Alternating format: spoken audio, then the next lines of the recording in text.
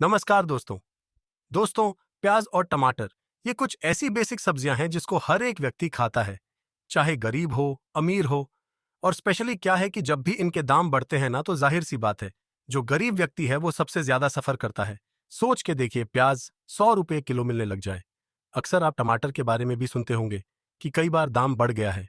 तो अभी रिसेंटली यहाँ पर यह देखा गया है कि जो अनियन के प्राइस हैं, देश भर में बहुत तेजी से बढ़े हैं।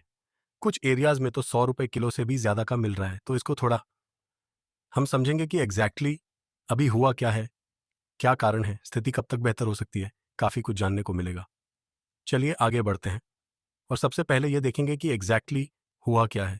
देखिए, यहाँ पर जो all India average retail price है ऑनियन का, हम स्पेशली यहाँ पर ऑनियन की बात कर रहे हैं, जो कि रिपोर्ट किया गया है प्राइस मॉनिटरिंग सेल के द्वारा, जो कि directly ministry of food and civil distribution के अंदर आता है।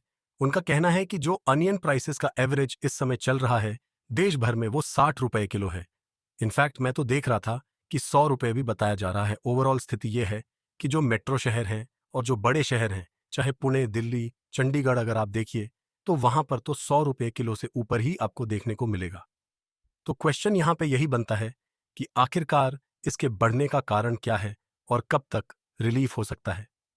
देखिए, मैं आपको बता दूं कि सरकार का यह कहना है कि हम इसके ऊपर पूरी तरह से निगाहें लगाए हुए हैं।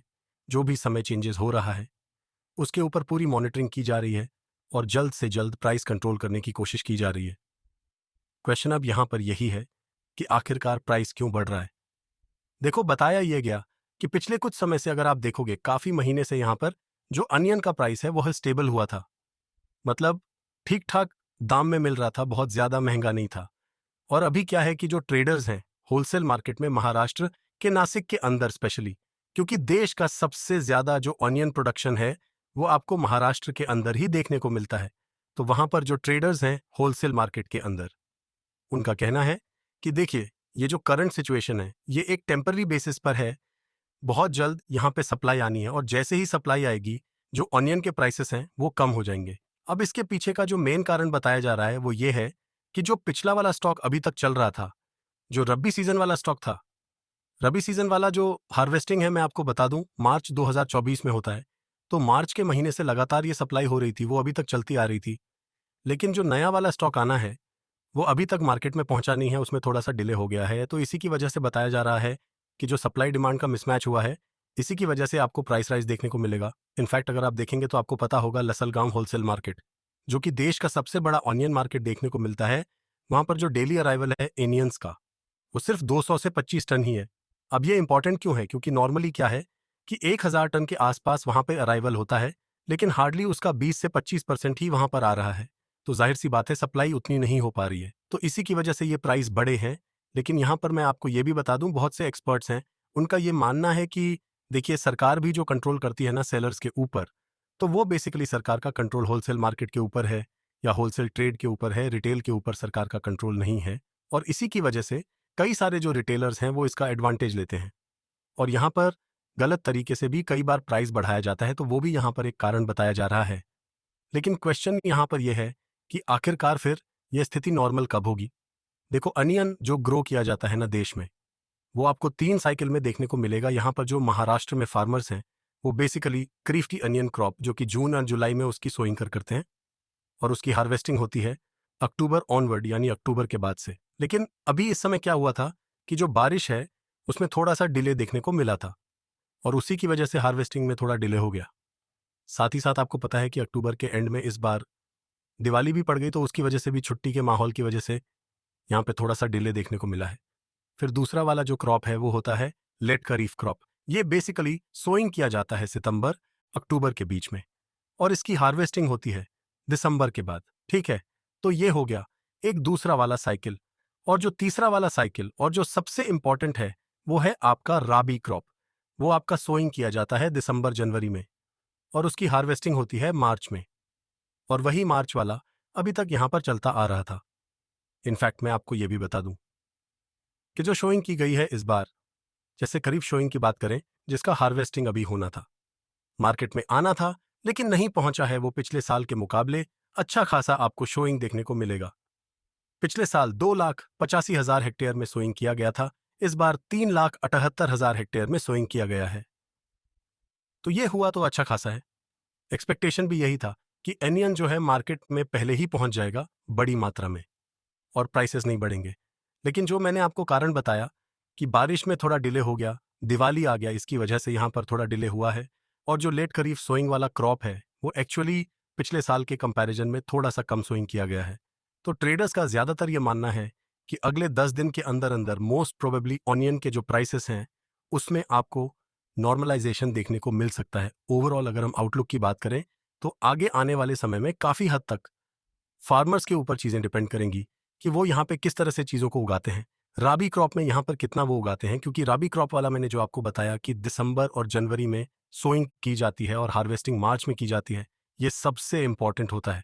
तो आगे आने वाले फ्यूचर में अगले 1-2 साल में ये राबी क्रॉप में वो कितना सोइंग करेंगे वो ज़्यादा मायने रखेगा, क्योंकि वो मार्च से लेकर जो पूरा स्टॉक है वो आपका चल रहा होता है मार्केट के अंदर और वही उसी की सप्लाई अभी तक पूरी चल रही होती है। और यही हुआ है अभी रिसेंटली, जो मैंने आपको बताया कि सप्लाई अब थोड़ी सी कम हो चुकी है क्योंकि बहुत लंबा टाइम हो गया। और साथ ही साथ प्रॉब्लम एक और ये है कि जो कई सारे देश हैं जैसे श्रीलंका हो गया, यूनाइटेड अरब एमिरेट्स हो गया, बांग्लादेश हो गया, वहां पर भी इंडियन अनियंस की जो डिमांड है वो थोड़ी सी आई है। लेकिन ट्रेडर्स का कहना है कि इस समय उतना अभी सप्लाई है नहीं कि उन देशों के लिए भी डिमांड जो है पूरी की जा सके। खैर, यहां पर एक और पहलू है ऑनियन का, क्योंकि महाराष्ट्र मैंने आपको बताया एक बहुत इंपॉर्टेंट जगह है जहां से ऑनियन की सप्लाई होती है। तो महाराष्ट्र इलेक्शन के ऊपर इसका क्या असर होगा मैं आपको बताता हूं। एक्चुअली बताया ये जा रहा है नॉर्मल केस में क्या है। आपको याद होगा कि जब भी किसी राज्य के अंदर चुनाव होता है या फिर लोकसभा का चुनाव आता है, अगर ऑनियन, टोमेटो और आपका पोटैटो इनके प्राइसेस में इजाफा होता है तो एक बहुत बड़ा मुद्दा बन जाता है। लेकिन महाराष्ट्र में थोड़ा सा उल्टा आपको देखने को मिलेगा।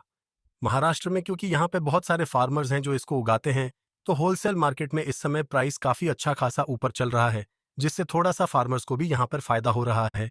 इसी की वजह से बोला जा रहा है कि इस समय जो रूलिंग गवर्नमेंट है महाराष्ट्र के अंदर, महायुति गवर्नमेंट, बीजेपी और जितने भी अलाइज हैं, उनको इसका फायदा मिल सकता है। स्पेशली मैं आपको बता दूं कि अभी जो लोकसभा का चुनाव हुआ था उसमें 6 जगहों से, 6 सीट्स में से जहां पर ये ऑनियन बेल्ट कहा जाता है, तो इसमें से 6 सीट्स में से 5 सीट बीजेपी हार गई थी।